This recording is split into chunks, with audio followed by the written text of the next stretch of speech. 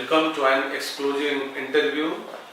Sumit Mullick, State Chief Information Commissioner and former Chief Secretary of Maharashtra, courtesy Indian.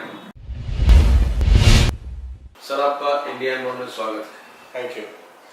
Could you please share your childhood days, family background and formal education with the readers? I'm basically from Calcutta, being a Bengali, and the reason why I got into the Indian administrative service was because my father was in the Indian civil service. So Indian civil service is before the IAS, during the time of the British. So my father was also Chief Secretary of West Bengal. So then I was inspired by him and then decided to sit for the civil service exam. So here today.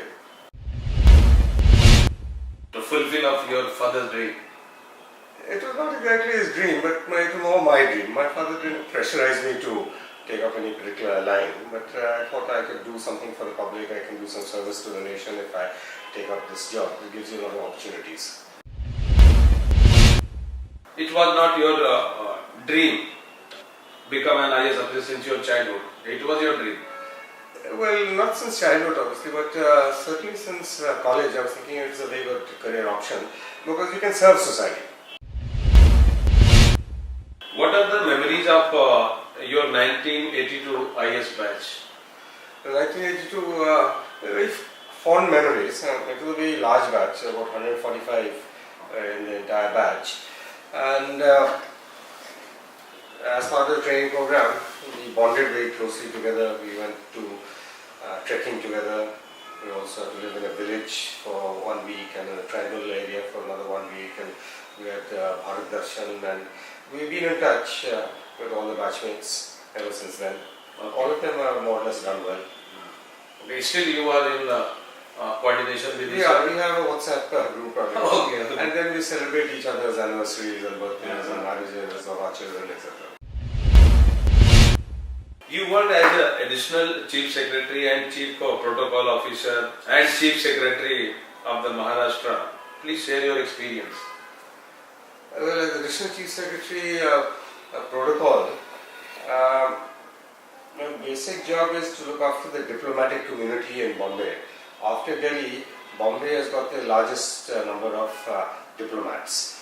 We got something like 120 countries are represented here, out of which 50 are career diplomats and the others are Indians who have been appointed as honorary consuls. So then having to deal with all their issues, attend all their national days and all their functions, and plus we get a very large number of foreign VIPs and foreign delegations coming into Bombay, so dealing with those delegations. And one important part of international relations is trade and commerce and investment. So my job was also to try to attract as much investment as possible, foreign investment into Maharashtra, which the protocol department can be instrumental in, and which we did quite a lot actually. So, and your experience as a Chief Secretary of Maharashtra? Chief Secretary of Maharashtra, it's a very challenging job, and basically one was at that time, the Honorable Prime Minister was very concerned that we should improve our ease of doing business ranking, which is a World Bank ranking, and our ranking was 150 out of 180 countries, which was a very, very poor ranking.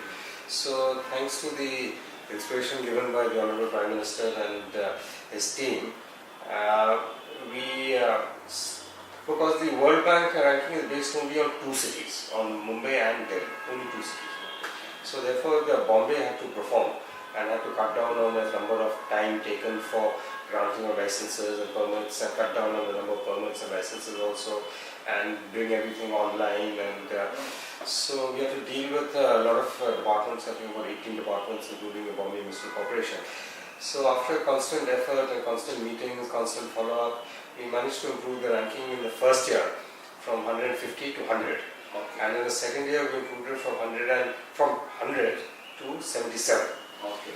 So that was the one major thing that we did. And then the second is the infrastructure. Because infrastructure, a lot of initiative has been taken by the government. One is the new Bombay Airport. Because the The current Bombay airport has reached saturation point. So the new Bombay airport, we had to give a push so that the actual airport will start functioning by December of 2019. So that we are more or less on track. Then two is to start the Trans-Harbour Link, a 22-kilometer bridge across the bay. So that has also started. And then all the metro lines, we have to ensure that all the land is available, that all the permits, etc. is available. So that also we managed to do. And then the Chief Minister's visionary project of having a expressway, a communications super expressway between Nagpur and Mumbai. So that also we started. And so infrastructure, there was a lot that was happening throughout the state. And then also the Government of India targets of making Maharashtra open defecation free. So that we achieved also. Then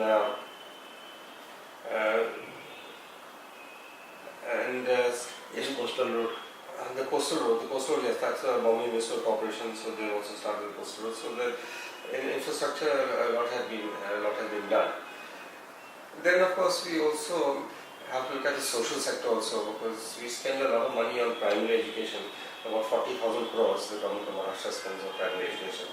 40,000 crores. It's the biggest budget by far of any department. But the results are not there.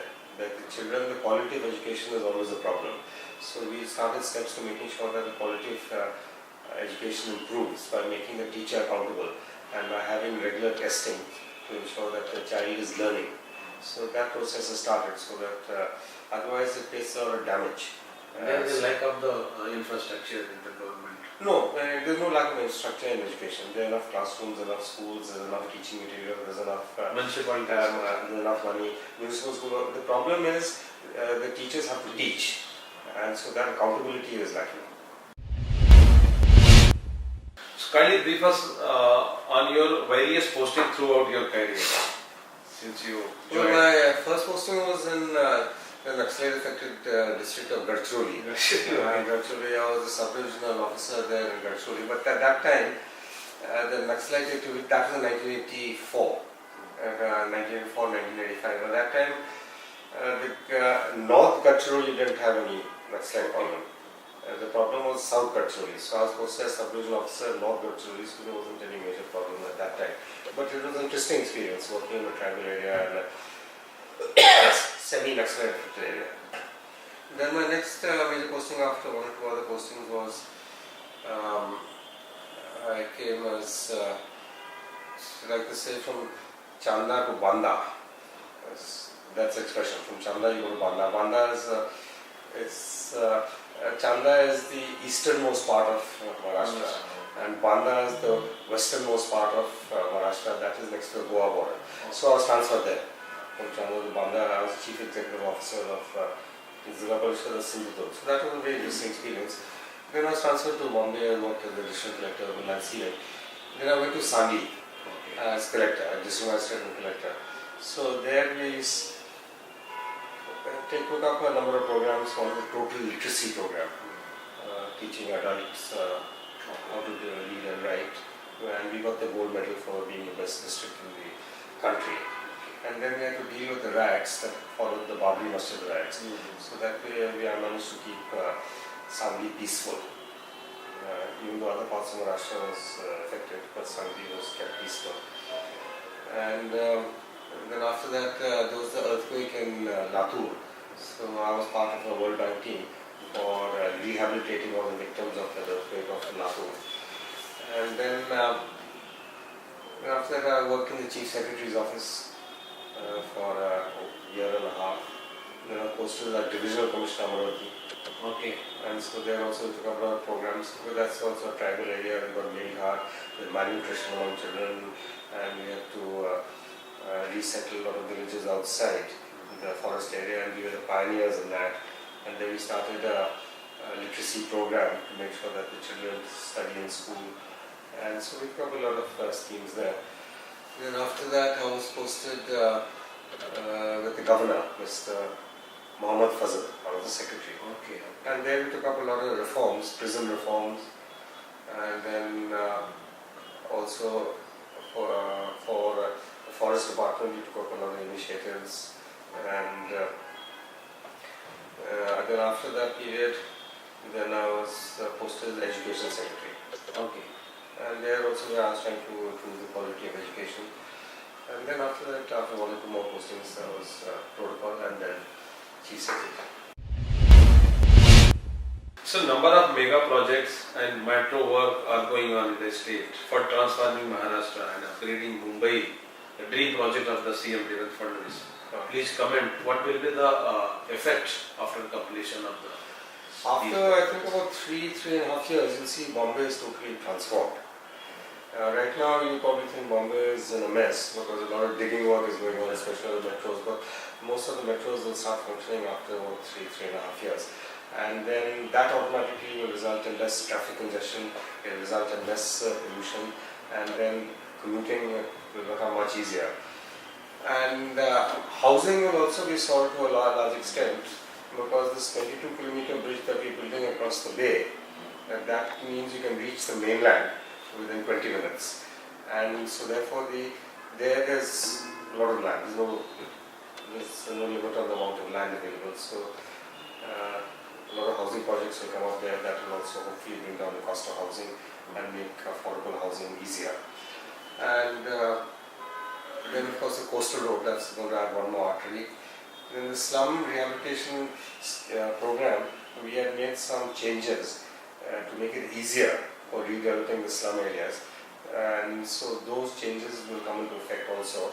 They must have already come into effect. So hopefully the slum rehabilitation program will also gain momentum. What are the major differences you find in the BJP government and Congress government, as you work with the both government, I believe? You see, as a civil servant, I cannot really answer that question about which is better, which party is better. Basically, both as a civil servant, our job is to aid and advise and to our political masters and to implement their policies. So all governments, especially in Maharashtra, they are development oriented, and the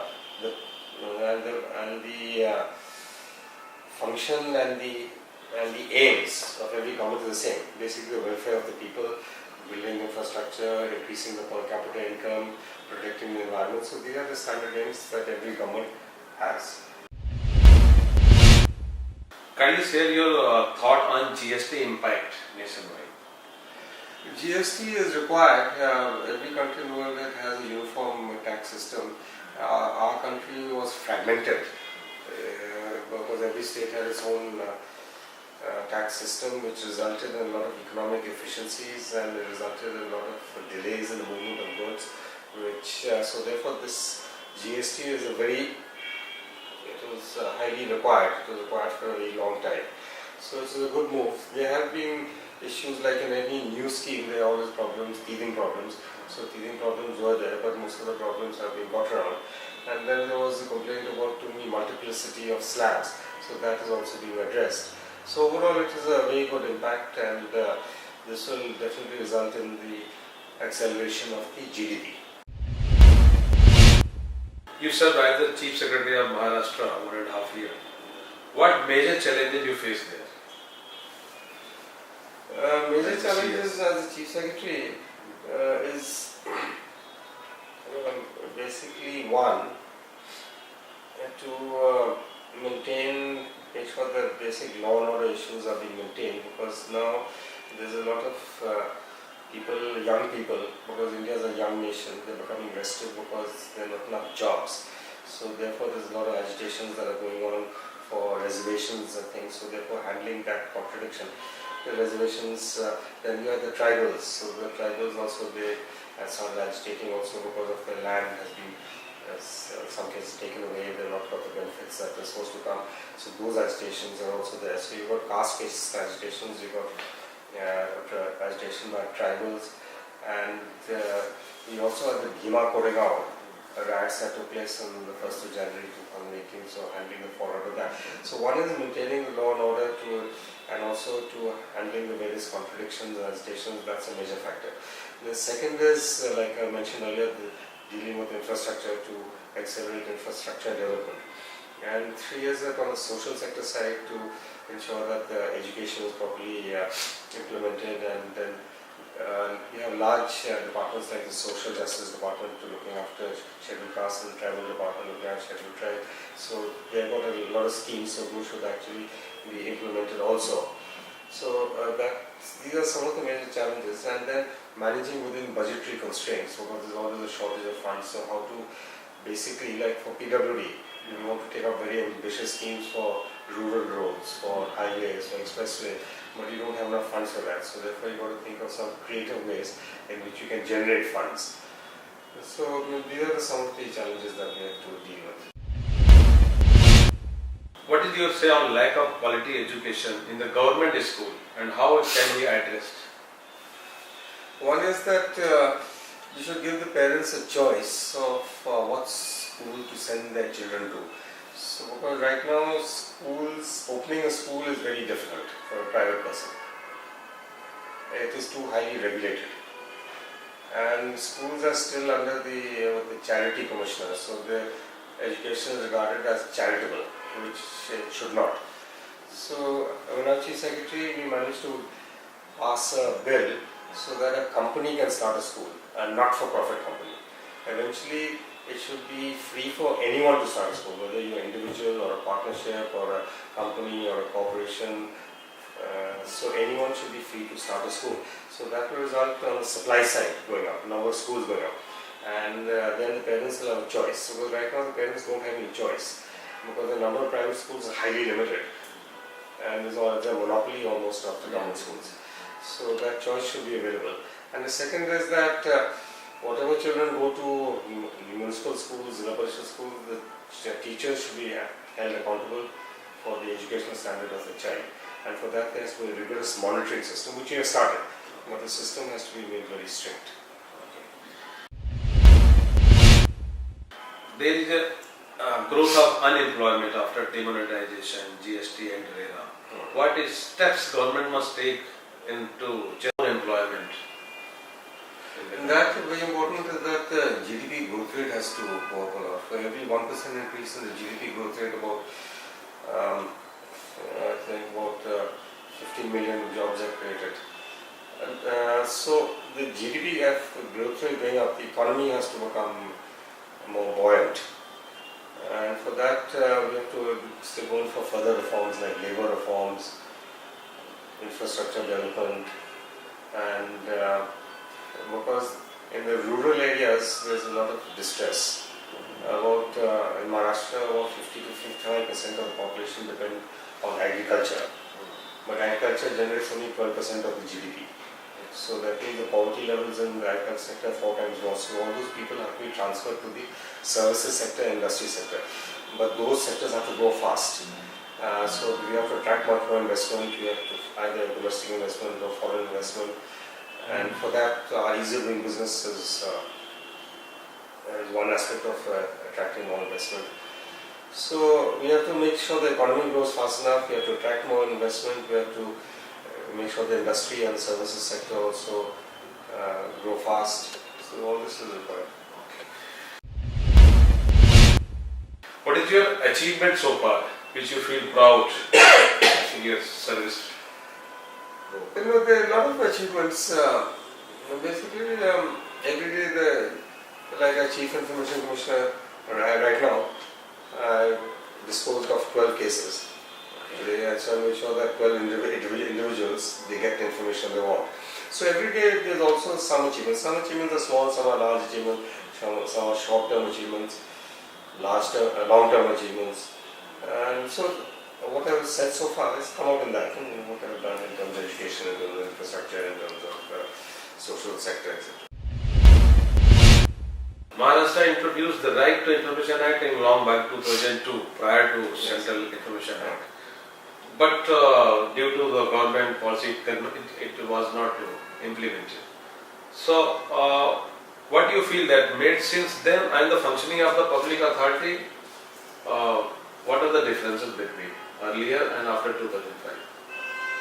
Now, after 2005, the Right to Information Act has had a very large impact. because now the government knows that it has to operate in total transparency and that anything that's there in the files can come into the public domain. So this automatically makes everyone more accountable, and then they're more careful in their decision making, so make sure that all the decision making is transparent and as per the rules, regulations, laws, etc. So because a million eyes are watching you, anyone can come and take the information. So this had a big impact, a big social impact, and it's also benefited a lot of individual people in getting the information which would otherwise be denied to them. Can you kindly elaborate the steps taken to make RTA Act citizens friendly? This actually, the whole act is a citizen friendly act, because most acts are basically rules and regulations and laws which are basically to control the citizens. So this is an act meant for the citizens, and so right from the beginning the act is citizen friendly, and to make it more friendly, we are in touch through various RTA activists, through various NGOs in educating the public and helping the public in filing RTI claims, and we're trying to make everything online now, so that RTI applicant need not come to the office, he can apply online. So that process started, and we're trying to make sure that all the information with the government is available online also on the website, so you need not even apply. It's already available there, so that process also started. So this process will continue, and eventually I'm sure that eventually all the information will be available on the website, so that should reduce the number of people applying for RTI cases. What advice and suggestion you would like to give to the present Chief Secretary and upcoming Chief Secretary of the states?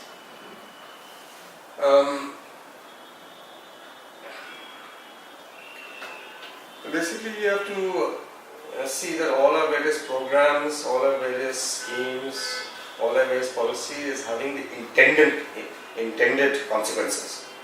Because very often we come up with schemes which are look very good, but it doesn't have the impact. It doesn't have the consequences which you designed for it. So then we have to, which I could not probably do because there's not enough time. We have to go through all these schemes and policies, and which are not relevant anymore. So those should be scrapped and come up with something which can have a more direct impact on the public. And now with technology, that has become more possible, because now you can, for instance,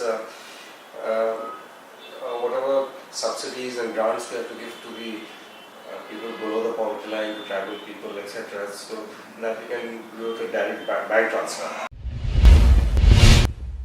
So basically to review all the schemes, including the laws, because there are a lot of laws which have been made, because we are a highly regulated country and we've got a lot of laws. A lot of laws have become out of date now, and so the laws have to be changed, and those laws are actually having it has a negative impact. So a lot of laws need to be scrapped. What challenges you are facing as a State Chief Information Commissioner? At the moment, the biggest challenge is trying to cut down on the pendency of cases, because the backlog has now become quite huge. In the entire state, the backlog of nearly 40,000 cases. And so, if there's too much delay in the giving of the information, so that defeats the purpose of the Act. So then I'm trying to think of various ways how we can cut down on the pendency. So hopefully that will be done. Okay. Many complaints have been received regarding the misuse of the RTA Act. How do you plan to curb out of those No, there are some instances about RTA being misused. So then I get feedback from a number of sources. So then I'm having a look at those people who are misusing the Act. So they are on my radar. Many public authorities are not acting and behaving responsible due to same of the appeals are increasing. How you feel, how you deal with them? On the second appeal, the people are not able to reach till the second appeal on the RTA Act and all. So far, I've not had any problem of people not being able to come to secretary. I've got there are 7 commissioners, so they're there at every division headquarters, and there's 2 here. So we are all accessible. So secretary is not a problem. People are approaching easily. Yes. That is why we got such a lot of pendency cases, because 40,000 cases mean that the people are approaching, and we are accessible. According to you, is Lokpal required in the country? Why the government delaying in implementing it? I haven't really thought about that much. We have a Lok Ayukt here, which is something like Lokpal, but we have a lot of agencies who are basically have got oversight of the government and various commissions which are there also. So there always seems to be enough agencies to which the government is accountable to. But as I said, I haven't really thought about this. Okay. What are your expectations from the state government and central government for the department, for the system? Basically, the bureaucracy and the politicians, the central government, the state government, ultimately we all work for the same goals in order to ensure that this country progresses, that our economy develops, that our per capita income goes up, our GDP goes up, our literacy rates go up, our health indicators improve. So all of that we have to work together and we have to support each other. How much you are satisfied with the working style of Honorable Chief Minister Devendra Fadnavis? No, the working style is excellent. I had a very good time working with him. We managed to achieve quite a lot. Sir, have you ever influenced by any political pressure in your work? Ever? See, political pressures are always there, but the politicians are basically understandable also because they are under a lot of pressure themselves. So then what can be done if we you do it as per whatever can be done as per the rules and regulations. What can't be done, we explain to them, it can't be done. And so that way I've always had a good rapport with politicians. And you have to tell them why it can't be done. If you explain to them, they understand. Who is your role model? Whom you inspired much? In the state. Yeah, in the state, on the entire. Role model. I don't know. I don't have any single role model. There are multiple. The number of people, large number of people that come to mind who have probably influenced me in many ways. Okay. But I can't think of any. Don't want to quote any few names. I can't think of any single or individual at the moment. How you spend your leisure time, if you find some? I write books. Okay.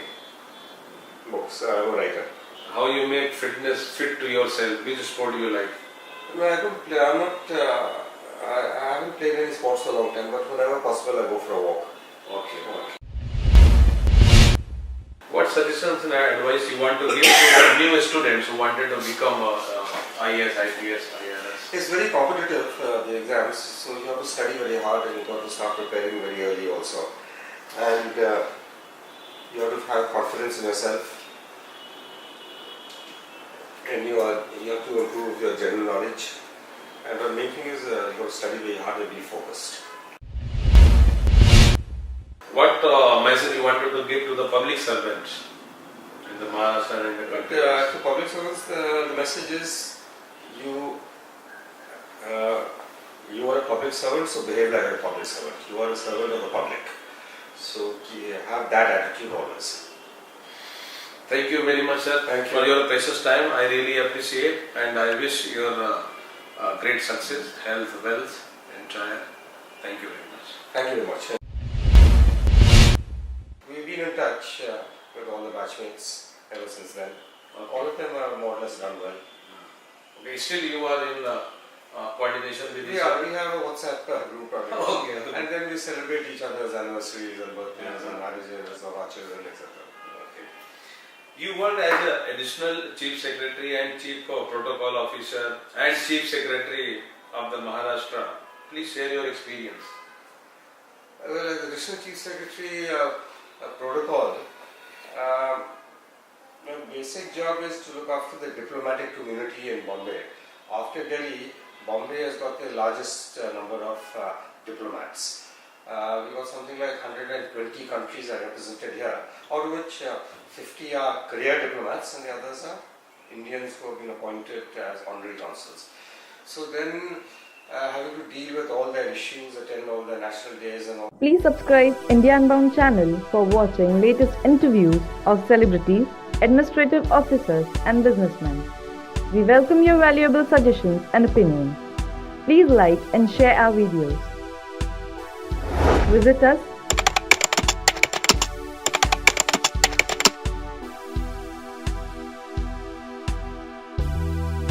and do write us.